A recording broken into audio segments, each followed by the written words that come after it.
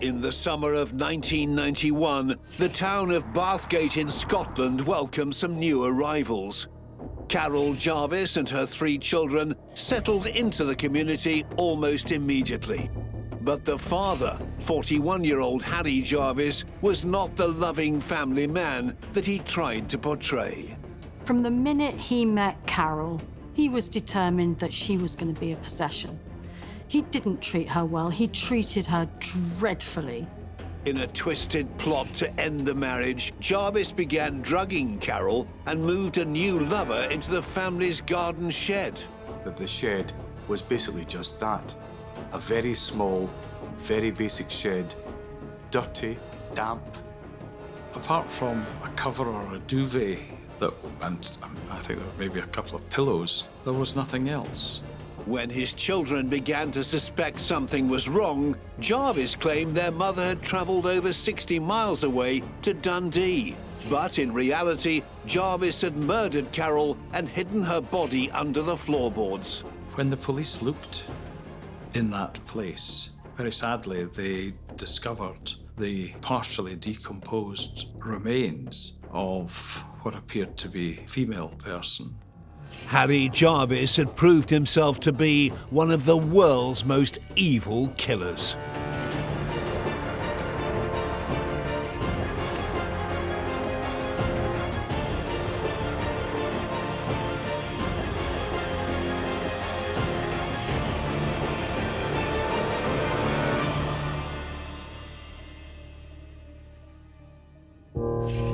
On the 14th of September 2009, Graham Jarvis went to visit his sick mum, Carol. When Graham arrived, his mother wasn't there, and his father, Harry Jarvis, refused to let him into the house. It would be unusual for mum not to be there and do a disappearing act. You know, Dad, you would understand, but mum just never done that at all, so I was like, something's not right here. Less than 24 hours later, Graham's dad, Harry Jarvis, went on the run with his lover, who'd been secretly living in a shed in the garden. The truth about what really happened in that house in Bathgate begins to emerge to the surface. And everyone realises that Jarvis is an absolute monster. There can be no doubt about it. Jarvis really does deserve a place in a rogues gallery of evil killers. This killer's story begins 300 miles south of Bathgate in Lincolnshire, on the east coast of England. Jarvis was born in Grimsby, 1950s. He was a chancer, always looking for the best deal for himself. He was quite, he was one of those people who is self-focused, self-obsessed, was never looking out for the good of other people. Little is known of Jarvis's childhood, but as an adult he'd moved down to South London, where he tried his hand at a few different careers. So Dad's employment is varied, if you like. Dad used to switch between being an engineer and a bus driver, and then went from bus driving to coach driving. But he never really sort of stood on a job for long, He used to sort of change about. By the late 1970s, Jarvis was still living and working in South London. The 29-year-old had begun dating a younger woman named Carol Maynard. I think Mum was in her late teens at the time, and yeah, I think Dad was, obviously, I think it was a 12-year age gap between the two. And Mum was actually working in a shop at the time, and Dad had just sort of went into the shop and just asked if they could go out on a date, and it went from there, if you like. The relationship blossomed despite Carol's family being against the partnership. The family would have looked at him, looked at the age difference, and probably thought, no, this isn't good for Carol, who's still relatively inexperienced in life and probably relatively naive.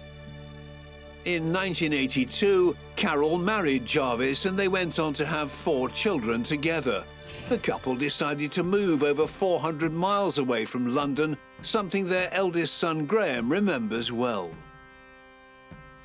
So around about 91, we moved up to Scotland. It was a long way, and obviously as kids we weren't really sure what was going on or the reasoning behind it. Apparently that was because he had lots of arguments with his family and things started falling apart down in London, and he wanted to get away from everything. And they went just as far as they could possibly go by going to Scotland. The Jarvis family settled in a small town called Bathgate in West Lothian, about 20 miles west of Edinburgh. The town was an ordinary West Lothian town, working people, not a particularly wealthy environment, but not abject poverty. Carol seemed to flourish in her new area, becoming a brownie and Girl Guide leader. I always remember she was really good at sewing and sewing on the badges and on the uniform or the sash, and yeah, I think she was generally happy and loved doing it. Mum was quite partial to dancing. She was always, again, at parties of the Life and Soul and sort of doing the twist or just really embarrassing mum dances, to be fair. But other than that, I think generally her hobbies were sort of limited just because of the 4 kids and, growing up and balancing that out. Jarvis continued his work as a coach driver, doing long-distance journeys and spending days at a time away from his family. There was always some sort of scandal involved in terms of Dad and jobs, and I always remember him, getting a job with a fish delivering company, and all of a sudden we've got tons and tons of fish in the freezer, and it's like, Dad, what's going on? And obviously it's turned out he's not delivered them, And for all intents and purposes, Jarvis was a perfectly ordinary, comparatively hard-working bus driver. But beneath the surface, there were other more complicated things going on.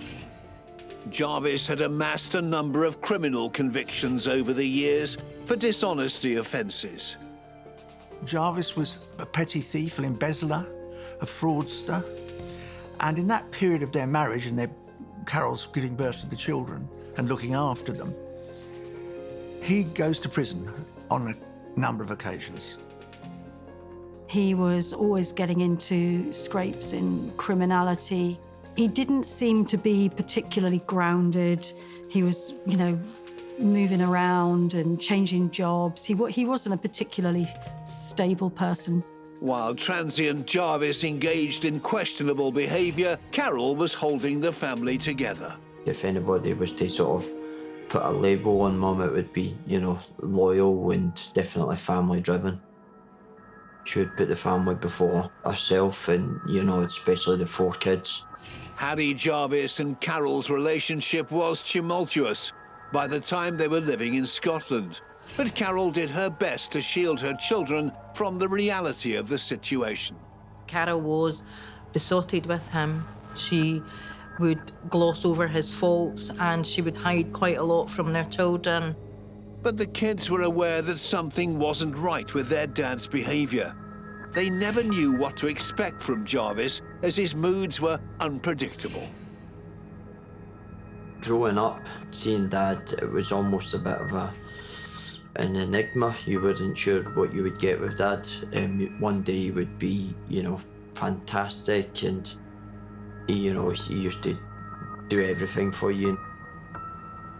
There was the times whereby obviously he was tired, and when Dad was tired, you would stay out of his way.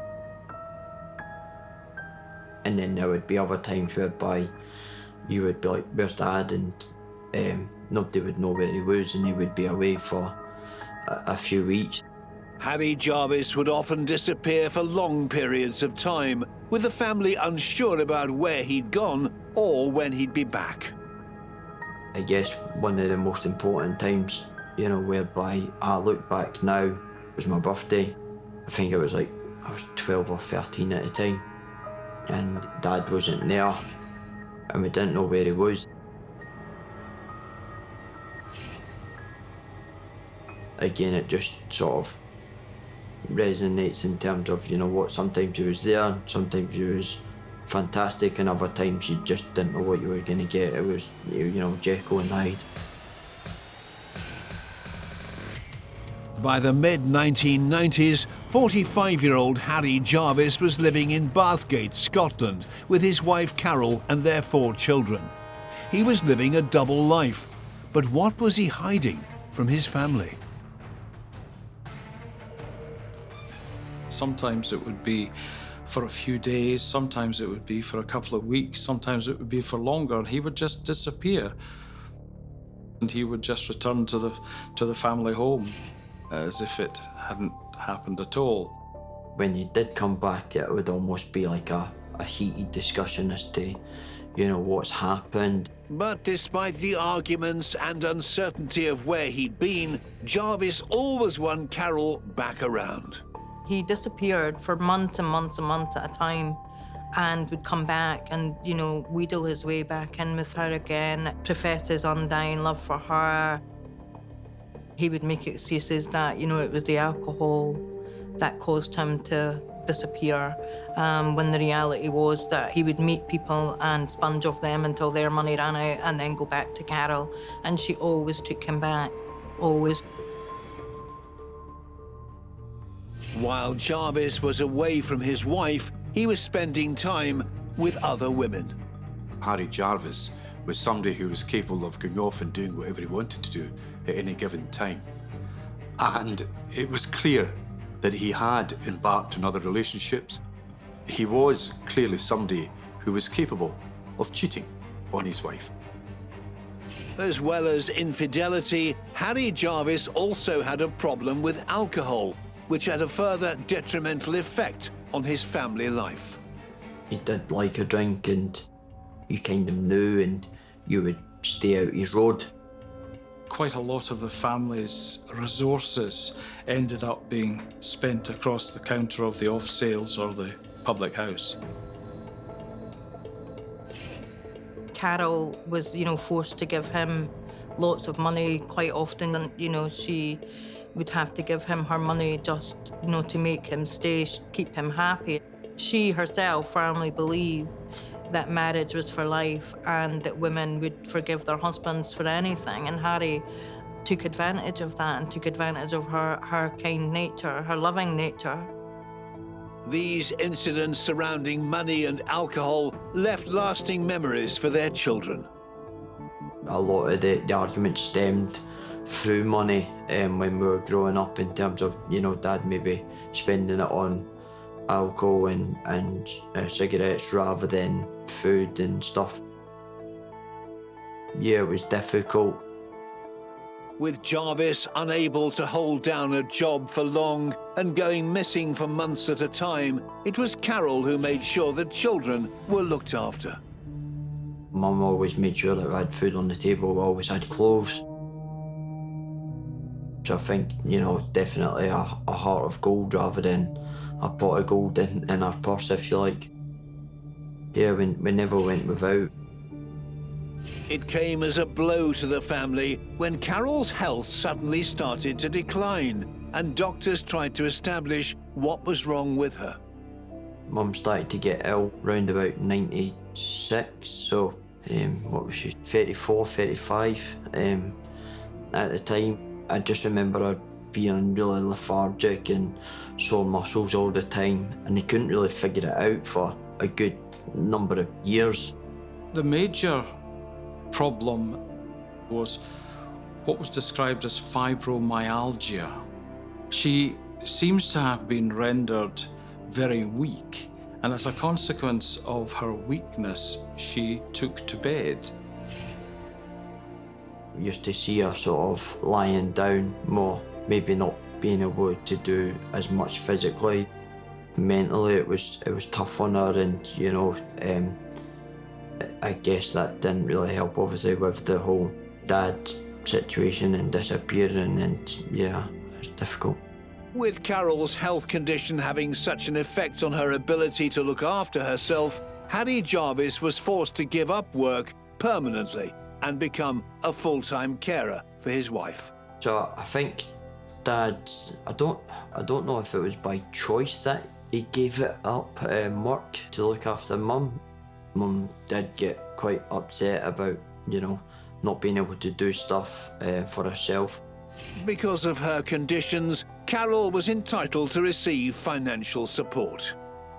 He, of course, saw this as an opportunity to control her even further, and you know, it was money for him as well. You know, they were claiming disability benefits, and it was a way for him to basically just live off Carol because of her illness, and she, of course, relied 100% on him. He would have been interested in looking at that situation and saying, how can I benefit from this situation? Is there any way that this can benefit me? By 2009, Carol had been living with her debilitating illness for over a decade. With all the children having flown the nest to either start their own families or study at university, Carol and Harry Jarvis were now living alone in their Bathgate home. They'd all moved out and were pursuing their own lives. So it was mostly just Harry Jarvis and Carol Jarvis in the house.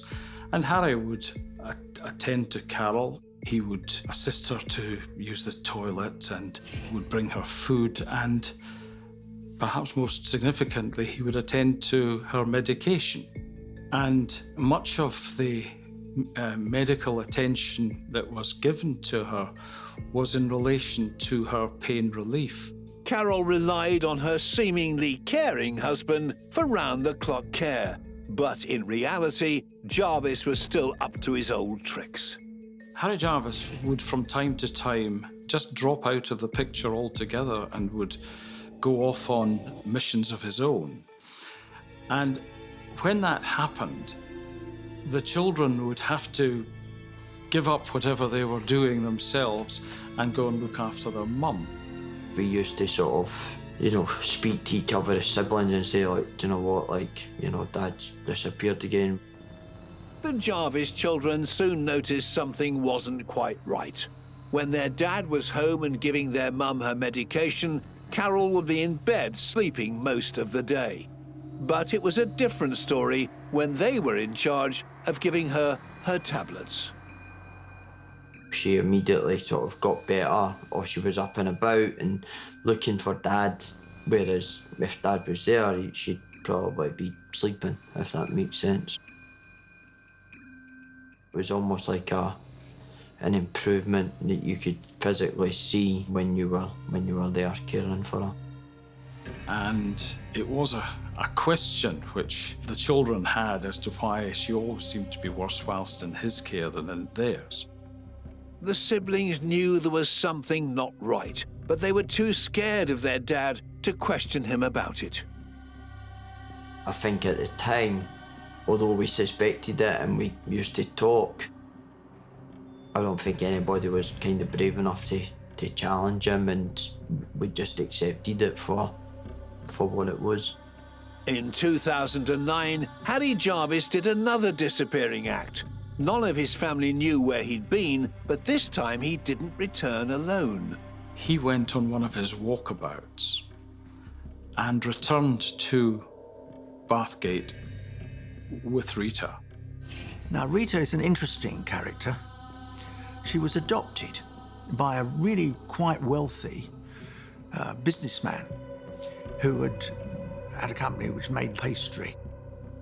Rita had come into a significant inheritance from her adopted parent to the sum of £2.5 million. She had had, since her inheritance, a series of what appeared to be unsuccessful relationships with men. And somehow or other, the money just evaporated. By the time that she met Harry Jarvis and they became involved with one another, to a very substantial extent, the money had gone. And when she met Harry, she fell in love with him instantly, and he promised her that they would be together forever. And she saw him as some sort of comfort blanket because she'd gone through all that money. She had nowhere to live. She was homeless, and Harry was her knight in shining armour.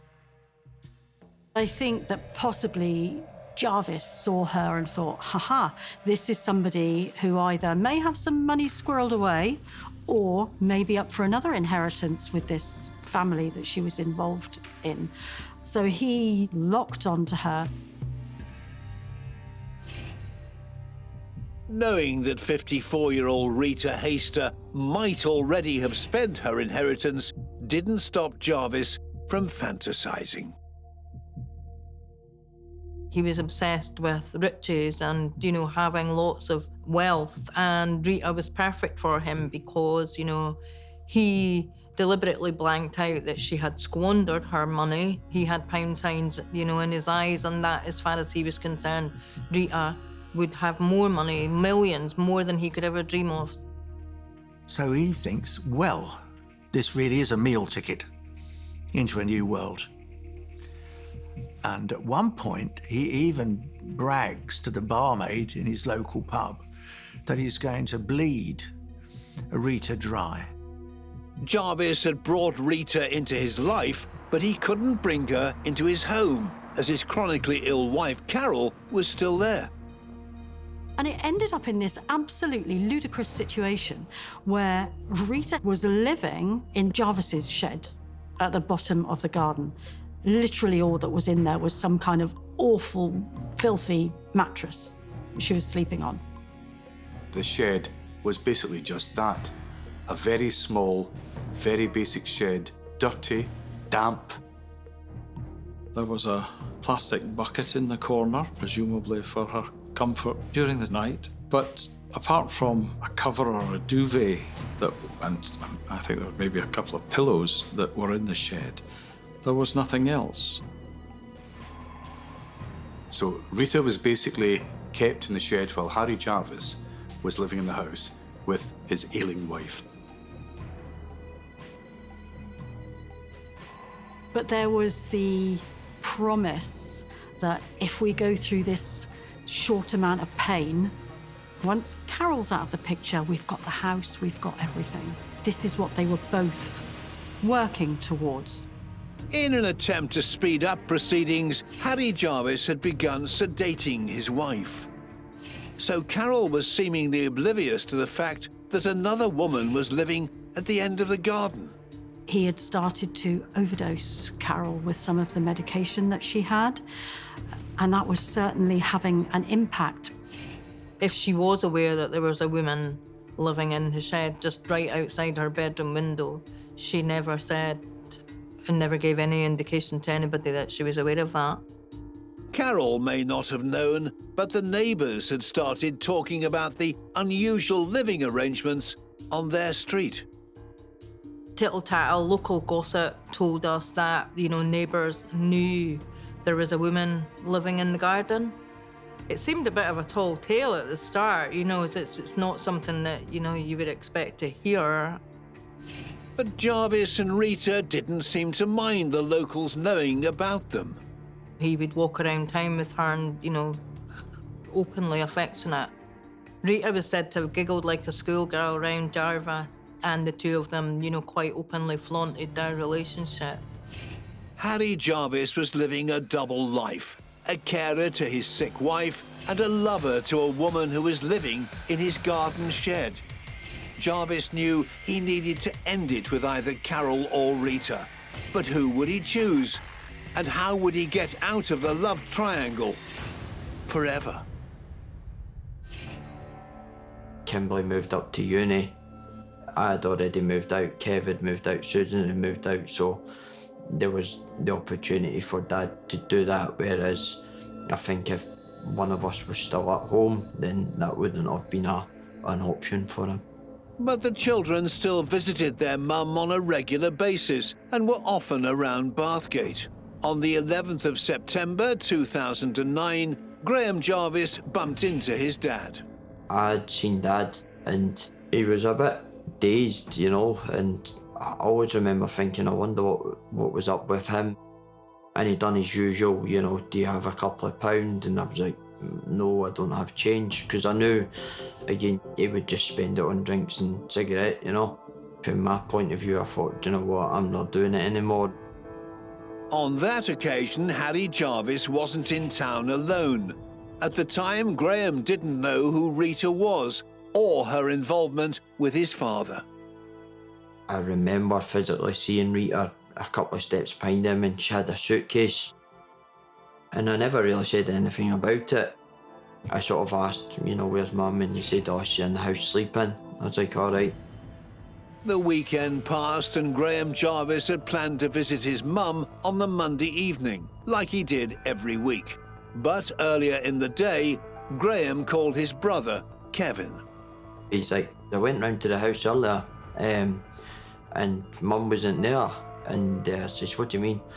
He says, oh, I spoke to Dad, and he said like she was away out somewhere. I was like, doesn't it make sense? He'd explained what had actually happened, and he had went round to the house. There was no sign of Mum, and Dad was acting dodgy. And I just remember thinking, like, he looked dodgy on Friday, you know, there's something not quite right. After sharing their concerns, the brothers decided to go to the family home together.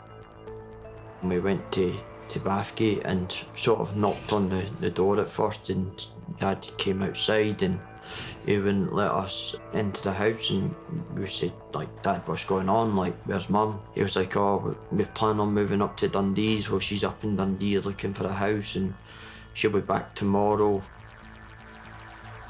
Now, the son found that very odd because normally she required assistance to do that, and there was no word of who was assisting, and father was there. It didn't really hang together very well. In the course of their investigations of the mother's whereabouts with the father, he provided additional and what seemed to be contradictory accounts. Harry Jarvis changed his story a number of times while trying to explain where his wife was. I think the next excuse was that she was in respite care to give him a break. And I think, you know, he then said that she was thinking about not coming back and was going to stay up north, and she wanted to stay in a care home. All of the explanations that he gave for Carol's disappearance were implausible, were absolutely crazy. They were not thought through.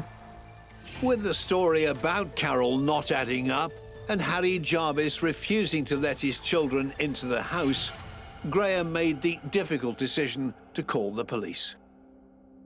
It looked suspicious, it sounded suspicious, so we phoned the police, and the police came out. And Dad was quite calm in the garden, and he was, you know, chatting away and sort of saying, look, listen, Mum's in Dundee, it's fine. And then the police said, can we go in the house? And he was like, yeah, you can, he can't. The two officers, you know, enter the house, say, where's Carol?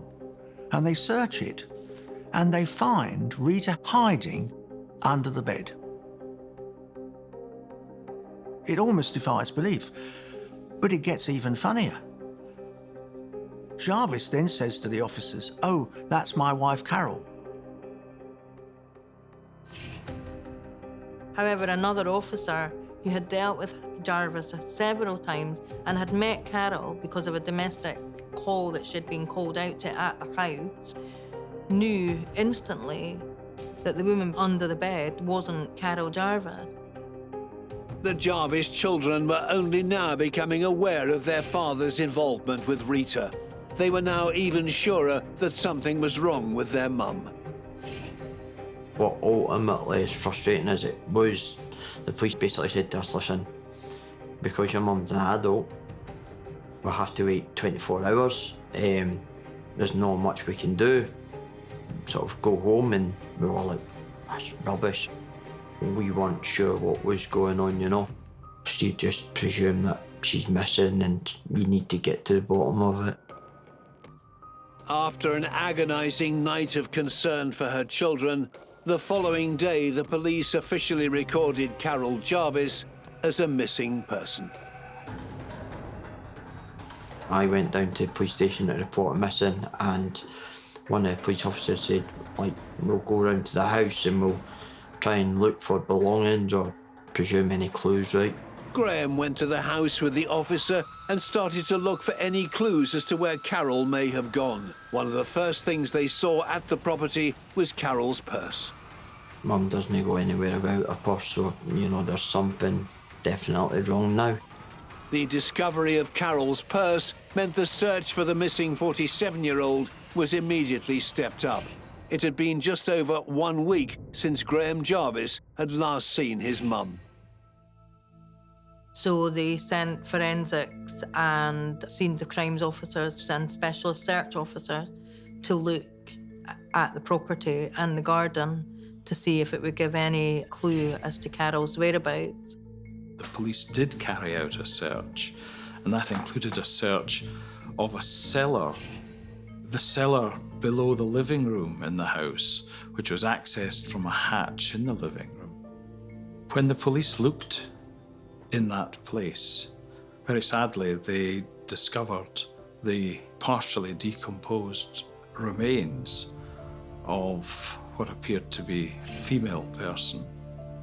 The space under the floorboards was known to the Jarvis children.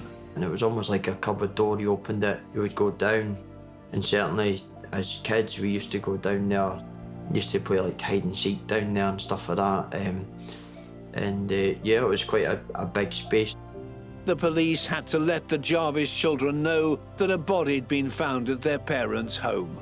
The police basically said, listen, we found a body. We will do some, you know, checks, you know, to formally identify it, but it didn't take a genius to work out that, you know, what it was mum, you know. I just felt sick. I'd just been sick, you're in shock and almost like, what on earth's going on, like, what's happened? Carol's body had been wrapped in a duvet and bound with packing tape, so it was clear to police that she'd been placed there by somebody. Attention turned to Harry Jarvis, but nobody knew where he was. Jarvis and Rita had disappeared. Detectives needed to act fast to find the man so used to disappearing. Following the discovery of Carol Jarvis's body under the floorboards of her house, police wanted to talk to her husband, Harry Jarvis. The 59-year-old had gone on the run with his lover, Rita, and the police needed to find them fast. Jarvis and Rita Hayster run. They take off from Bathgate and they go to Perth, where they stay in a B&B. Even more bizarrely, they leave the B&B without paying, which infuriates the owners of the bed and breakfast they were staying in, who report them to the police, and they describe them. And of course, their descriptions exactly match Harry Jarvis and Rita Hayster. The police were able to trace Jarvis and Rita using CCTV. When the pair arrived in Edinburgh, they were arrested and taken in for questioning. The police were sure that Harry Jarvis had murdered his wife, but their investigation hit a stumbling block when they tried to ascertain how Carol had died. The state of decomposition was such that the pathologists who carried out the post-mortem examination could not identify what the mechanism of death had been. What was the cause? Was it something organic? Was it some trauma? Whatever it was, it could not be ascertained what it was. 2 postmortems failed to establish a cause of death, and police were really struggling to put a case against Harry together. When Harry was interviewed about his wife's death, he gave an unusual explanation. When police asked what had happened to Carol, Harry said that she had had a fit during a sex game gone wrong. He'd actually said that she couldn't get out the fit and then she had passed away, and I think that was his only explanation ever. Jarvis told the police that he was so grief-stricken by Carol's death that he couldn't bear to part with her, so he put her under the floorboards to stay close to her. Unable to establish a cause of death, it was hard for the police to prove that Harry Jarvis was lying about what had happened to Carol. But the search of his house had uncovered some love letters written by Jarvis and Rita. It was quite an odd relationship in that they would write love letters to each other, even though she was living 10 feet away in the garden shed. The notes that Harry and Rita shared with each other, basically there was the usual, I love you, I miss you, we'll be together forever thing. As investigating officers read through the letters, one note in particular caught their attention. He writes to her, drugs doing their job. The over-medication of Carol. It's just taking longer than I thought. We'll be together soon in paradise. Harry was making it clear that he wanted to be away from his wife, he would somehow dispose of her, and he would go with Rita. And those were the messages he was giving Rita, and at the same time, he was acting in a manner towards his wife which was not in his wife's interest and detrimental to her health. The Jarvis children had noticed previously that their mum's condition improved when they were looking after her. And these letters were proof that Harry Jarvis had been drugging his wife. The police were able to use this in the case against him and take him to court for the murder of Carol Jarvis. Harry Jarvis and Rita Hayster were charged by the police together with the murder of Carol Jarvis and associated charges also. Rita's lawyers applied for Rita to be tried separately to Jarvis, and this application was granted by the court. In early 2011, Harry's trial commenced at Edinburgh High Court. The prosecution team knew it would be difficult to persuade the jury, as all of the evidence in the case was merely circumstantial. We were prepared by the police at the time to say that, listen, there's a possibility that it might not go our way. We were advised, listen, we don't really feel 100% confident in this. Harry Jarvis maintained his story that Carol had died from a fit during sex and that he was not guilty of the murder, but the love letters proved to be his downfall. The notes were a significant piece of evidence because it did indicate that Harry had malicious intent towards his wife. I remember the jury's eyes widening when that evidence was laid. It seemed to me it plainly had an impact on them. Harry Jarvis was seen by the jury for the callous killer that he was, and on the 30th of March 2011, they found him guilty of the murder of Carol Jarvis. Jarvis was sentenced to life imprisonment after a fairly lengthy trial. In view of the gravity of the crime that he'd been convicted of, he must serve that minimum term of 15 years. In her own trial, Rita Hayster was acquitted of Carol's murder as there was insufficient evidence of her having any involvement in the killing. However, her DNA had been found on the packing tape that Carol's body was wrapped in, suggesting that she had helped Jarvis hide the body under the floorboards. On the evidence put to the jury, Rita was found instead guilty of attempting to defeat the ends of justice and was sentenced to 4.5 years in prison.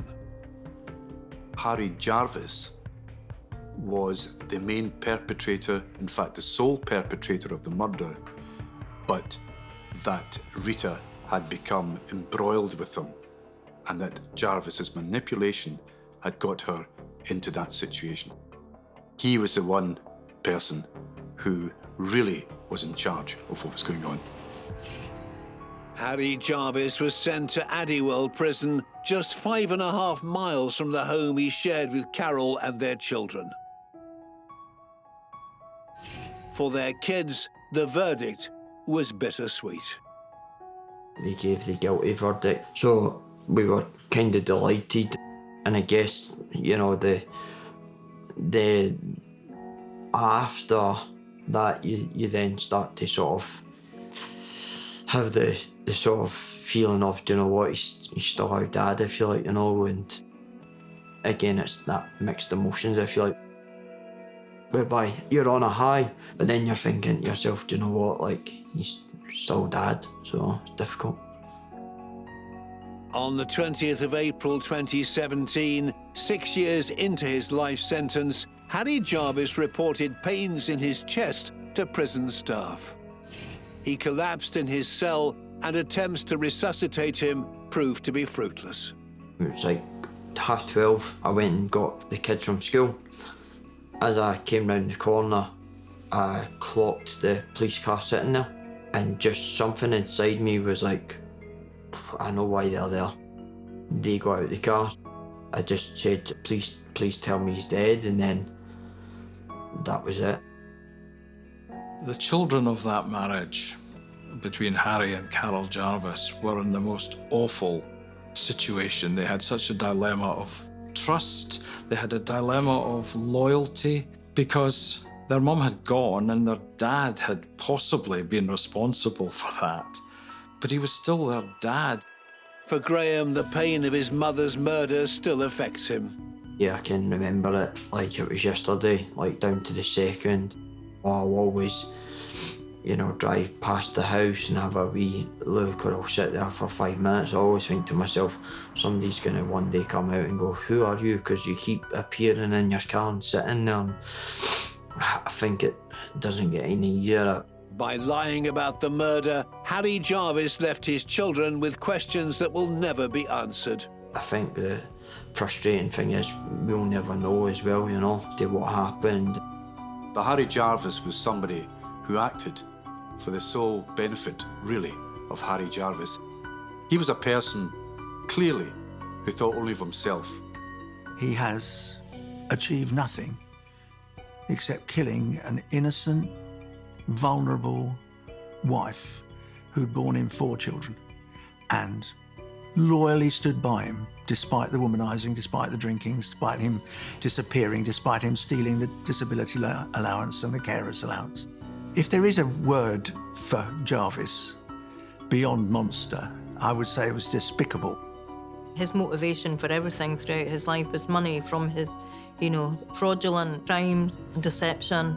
Everything Harry Jarvis did was motivated by money. On the face of it, Dad and Rita were planning to sort of live together, and rather than Dad just doing the easy thing and splitting up with Mum, he's obviously thought, the best way out of it is to take Mum out of the equation by hook or by crook.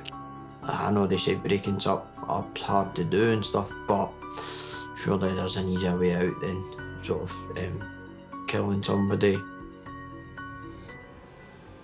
Jarvis was a callous killer with no empathy for his wife or children. After drugging and murdering Carol, he hid her body under the floorboards and went on the run with his lover before spinning lies about what had happened.